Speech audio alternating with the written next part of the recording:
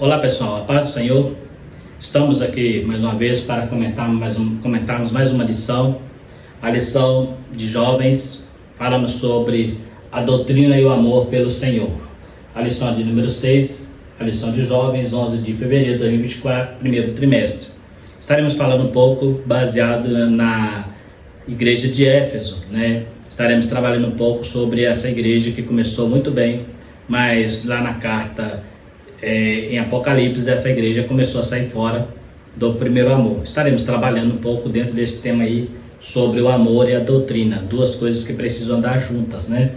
Estaremos aqui então a nosso texto principal: e perseverava na doutrina dos apóstolos, na comunhão, no partir do pão e nas orações. Em cada alma havia temor, e muitas maravilhas e sinais se faziam pelos apóstolos. Nós temos aqui 4 pilares importantes para uma igreja ser bem estruturada.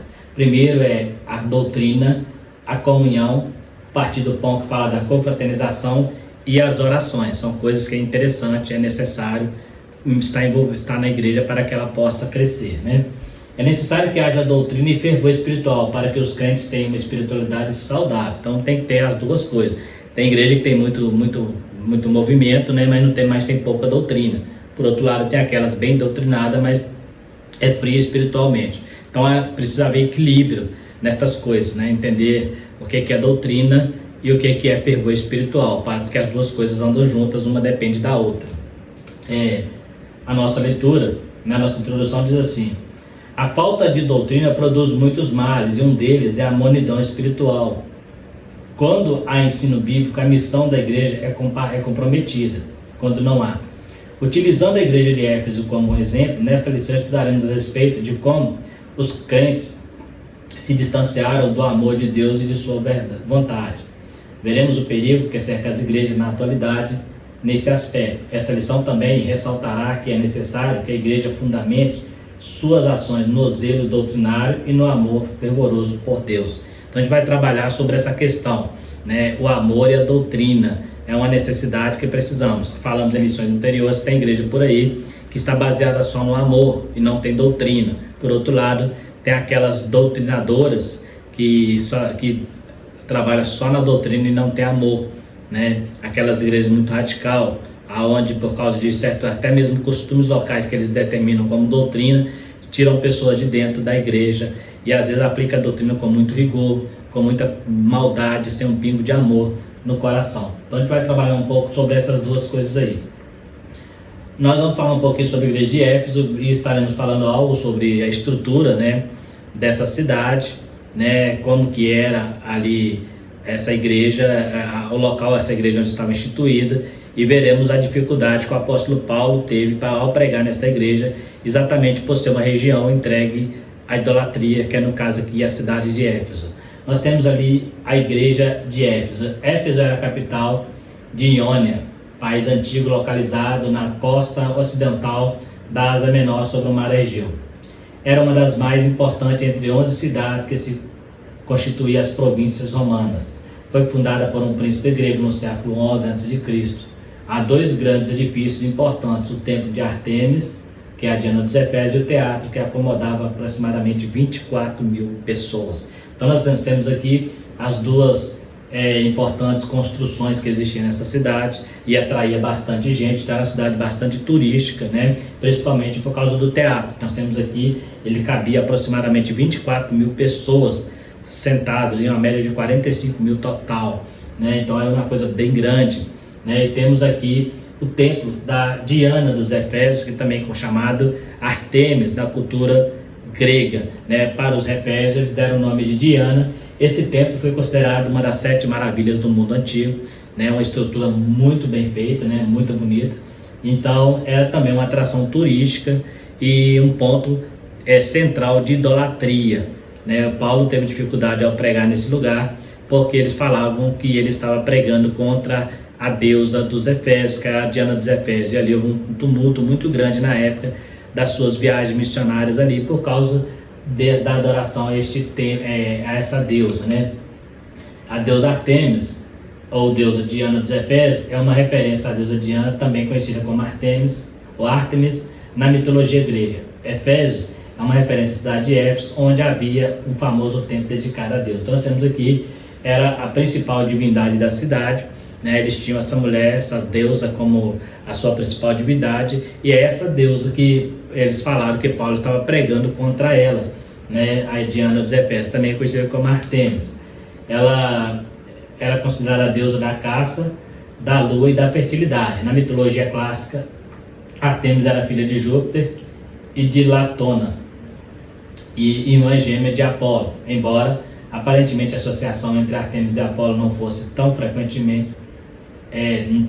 na literatura antiga. Então, era uma deusa que, né, que eles criaram, essa deusa, né, e falou que ela era ali irmã gêmea de Apolo, um principal deus também daquela região, um dos principais deuses da Grécia também, né? Então a gente vê aí, era uma cidade bastante idólatra, tinha ali uma padroeira, tinha alguém ali, né? Era a deusa principal, eles tinham outros deuses além desse, mas tinha ali essa deusa que era considerada a deusa da Diana dos Efésios, né? Uma deusa que trouxe muitos problemas para a igreja de Éfeso. Na Grécia, ela era reverenciada como a deusa da lua, dos animais, da natureza e da caça. Ela era considerada a divindade protetora dos caçadores. Já na Ásia Menor, os romanos reconheciam Diana principalmente como a deusa da fertilidade e da maternidade. Acredita-se que as mulheres a invocavam no parto. Então ela era conhecida também como a deusa da fertilidade, além de os outros atributos. Isso é lógico, nós estamos falando aqui do período de idolatria. Idolatria, as pessoas atribuem aos seus deuses aquilo que eles acham que eles representam, né? Não quer dizer que eles realmente são aquilo, porque são falsos, são deuses criados pela mente humana, né? E nós encontramos isso lá no bezerro de ouro, né? Quando o povo de Israel viu que Moisés não desceu do monte, eles criaram lá o bezerro de ouro e falou: foi este Deus que nos tirou do Egito. Então sabemos que não é, né? A história fala que foi Moisés, a gente sabe que Moisés é que foi usado por Deus, mas quando Moisés falta, eles atribuem aquele bezerro a sua libertação do Egito. Então observa que o homem é que cria os seus deuses, é o homem que cria a sua própria idolatria. Então a gente toma muito cuidado, porque isso acontece o tempo todo. As pessoas começam a criar a sua própria idolatria baseada em circunstâncias, baseado em situações que acontecem, né? Então nós vemos aí, assim, a moda lá do bezerro de ouro, que eles falaram que era o bezerro que tirou eles do Egito. As pessoas vão criando seus deuses de acordo com as suas necessidades. Hoje nós temos tantos deuses quanto são as necessidades dos seres humanos, né?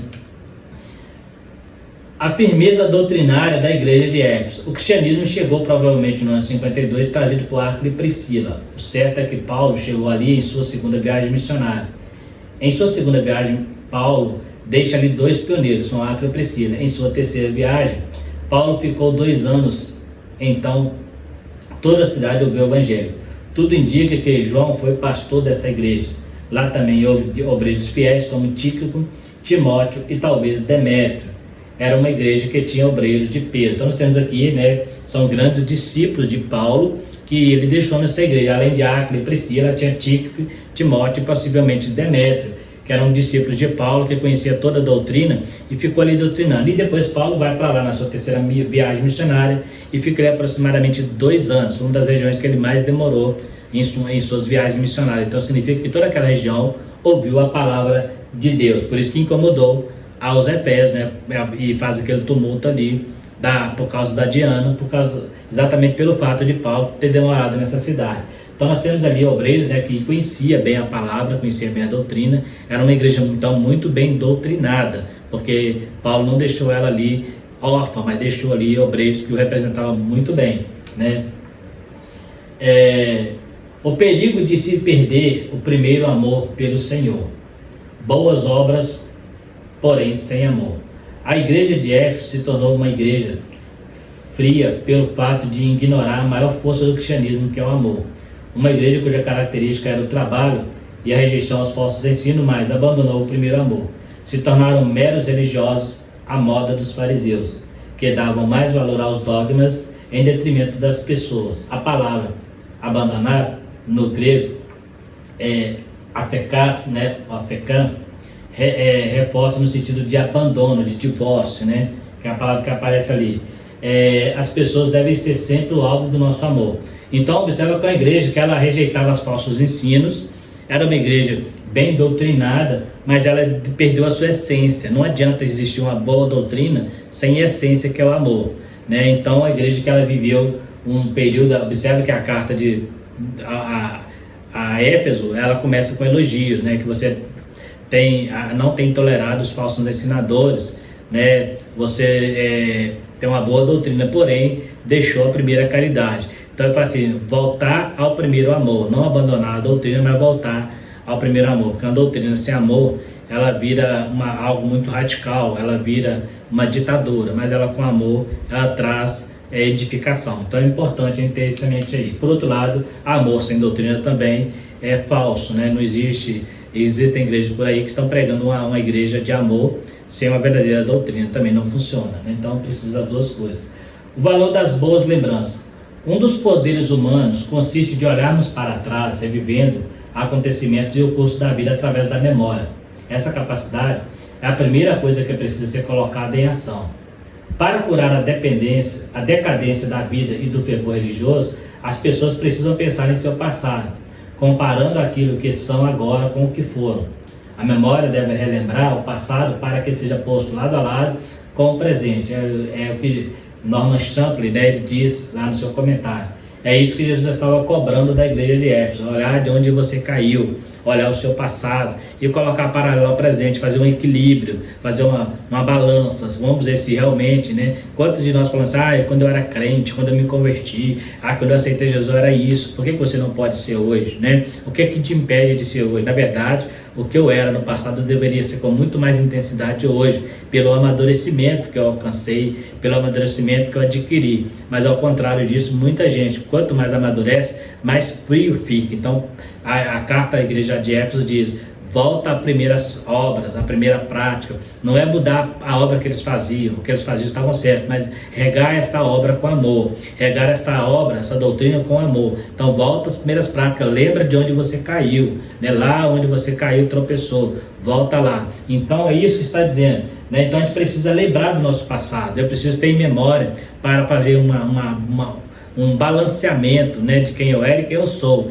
e também lembrar de onde eu vim, para que a misericórdia de Deus seja sempre acesa em nossos corações, né? Quantas pessoas que foram, né, aprontaram muito no mundo, depois se convertem, se acham autoritários demais, se acham perfeitos e começam a condenar pessoas, quando ele estava na mesma condição, ele foi alvo da misericórdia, e hoje ele quer retribuir com a condenação, né? Tem pessoas, por exemplo, que têm prazer de ver pessoas saírem da igreja por causa de não suportar a sã doutrina, ao passo que deveria ter misericórdia, lamentar e chorar por essas pessoas, porque um dia nós também fomos assim, um dia nós também demos trabalho para o Senhor, né? E o Senhor mesmo assim ignorou nossos fatos, as nossas atitudes e nos resgatou pelo seu amor e misericórdia. Depois ele colocou em nossos corações o desejo para fazer a sua vontade. Então, a gente tem que sempre olhar para o passado.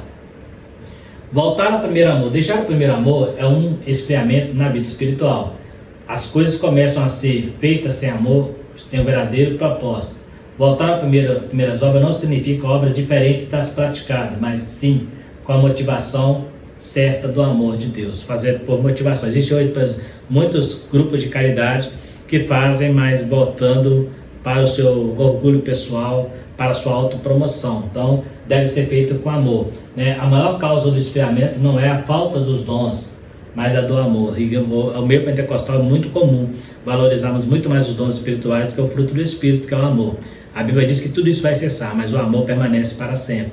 Então a igreja precisa das duas coisas, precisa andar lado a lado, os dons espirituais, mas o fruto do Espírito. Precisamos andar dentro da doutrina, mas uma doutrina com amor, né? A doutrina que traga reconciliação, que traga arrependimento e não que traga condenação. A condenação virá para aquele que não obedece, mas o ideal é que as pessoas sejam alcançadas pelo amor de Deus, pela sua graça. E a gente precisa entender isso, porque nós somos alvo deste amor, né? Então precisamos sempre pedir a Deus para trabalhar com a sua misericórdia. Não há contradição entre doutrina e fervor espiritual. Evidente que não há, né? Na verdade andam juntas. O problema dos extremos. A igreja de Éfeso valorizou a doutrina em detrimento do amor.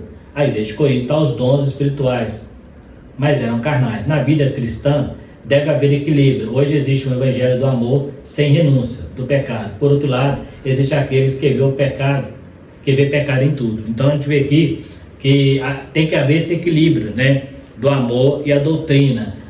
Eu citei dois casos aqui, que a igreja de Éfeso, nós estamos trabalhando sobre ela, que ela fazia muita obra, né, fazia muita obra, rejeitava muita doutrina falsa, mas faltava o amor. Então, tipo assim, se tivesse que escolher um crente, eles faziam com orgulho e não com tristeza. Eles faziam com alegria de tirar alguém, ao invés de tentar tratar o assunto, ao invés de tentar ajudar a pessoa. Eles mandavam embora com muita tranquilidade. Conheço muitos cristãos assim. E quando vê alguém fazendo algo errado na igreja, que ele é excluído, a pessoa se alegra. Graças a Deus tirou do meio de nós o joio, tirou do meio de nós aquele que era lobo. E às vezes essa não é a vontade de Deus. Às vezes a vontade de Deus é que você ajuda aquela pessoa para ela voltar a seu primeiro amor, voltar a seguir a doutrina. Mas tem igreja que ela entende, né? Isso é até um perigo, porque o pastor, ele não tem essa autoridade de expulsar ninguém da igreja, porque ele também é um pecador. Então a gente tem que tomar muito cuidado para não julgar as pessoas naquilo que nós não somos julgados por Deus, e sim alcançados pela sua misericórdia.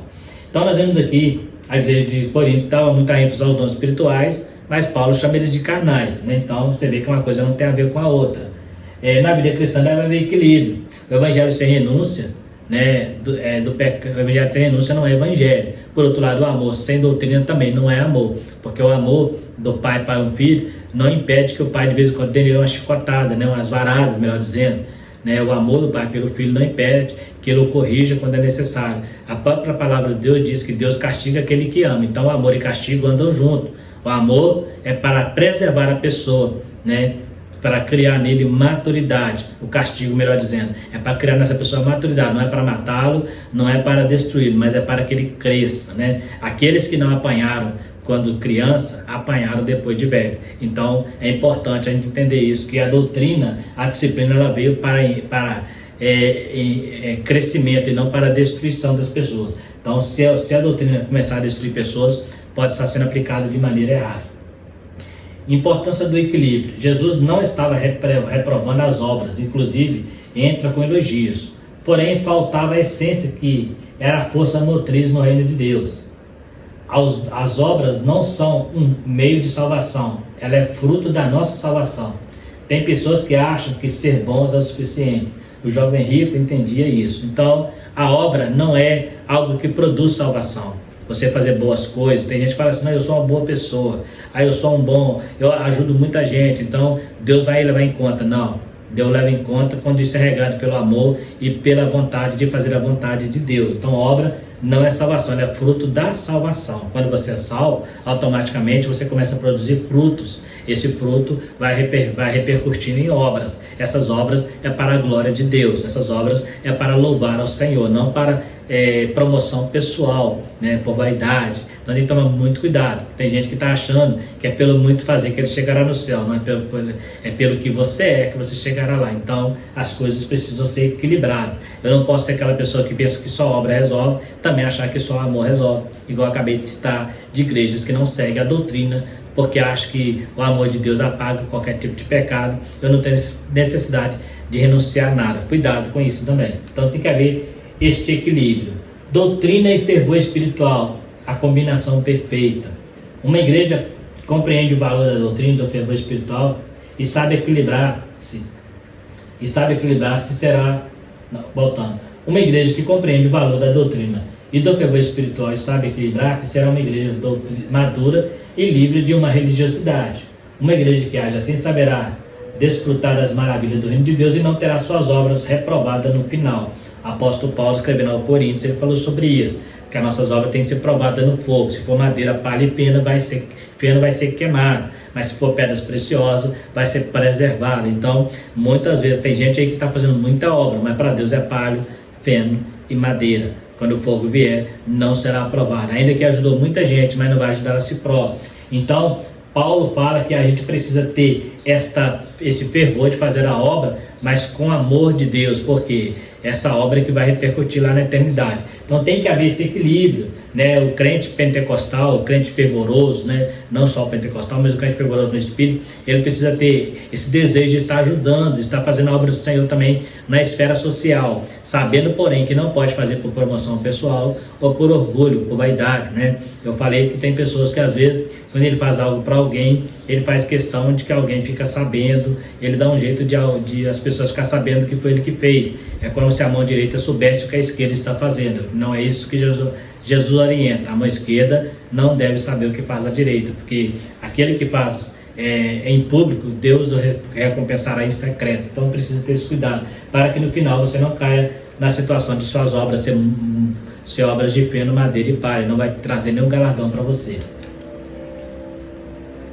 A nossa conclusão: o exemplo da igreja de Éfeso reafirma que, por mais bem estruturada que possa ser, a igreja sempre terá problemas e pendências a serem corrigidos. Essa igreja incorreu no erro da falta de equilíbrio entre o compromisso com a doutrina e o fervor espiritual, causado pelo abandono do primeiro amor e o afastamento de Deus.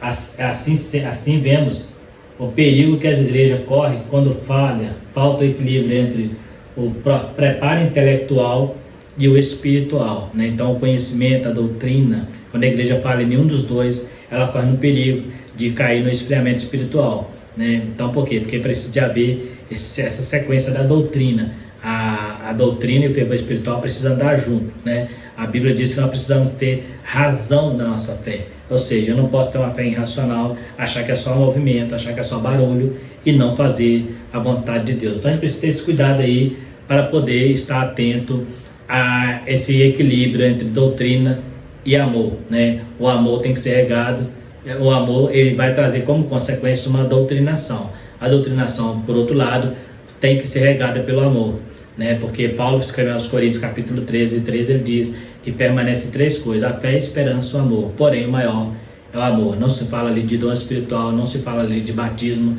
não se fala ali de profecia, fala de amor, que é o fruto do Espírito. Então, que tudo que você fizer, faça pelo amor a Deus e ao próximo, não faça por amor a si mesmo, para depois se vangloriar e dizer que você fez, que você ajudou. Não toque trombeta, porque essa trombeta vai fazer sua obra, que seria de ouro, virar madeira, palha e feno, e você vai perder o seu galardão em relação a isso aí. Então, seja muito cauteloso, tenha equilíbrio, peça a Deus para te dar sabedoria quando for abençoar alguém, ou quando for ajudar no sentido de obras, ou quando for pregar a doutrina. Prega, mas seja regado pelo amor, e não pela arrogância, pela vaidade, pelo orgulho. Pregue a palavra de Deus com muito amor, com a intenção de resgatar pessoas e não de expulsar pessoas da igreja.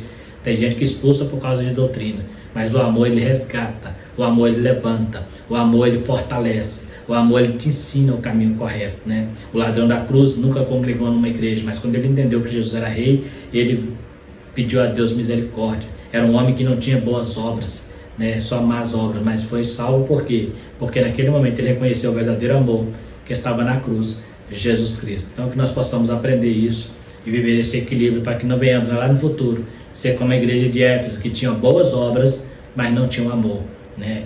Então tem que tomar muito cuidado. Nós temos esse perigo, né? A igreja tem esse perigo de cair na rotina e achar que tudo é normal. Que Deus tenha misericórdia da igreja, tenha misericórdia de nós e possamos viver a doutrina do Senhor regada pelo amor de Deus. No mais, está aí mais uma lição onde aprendemos sobre esse exemplo na igreja de Éfeso. Você que ficou até o final, quero convidar você a estar se inscrevendo para estar nos ajudando.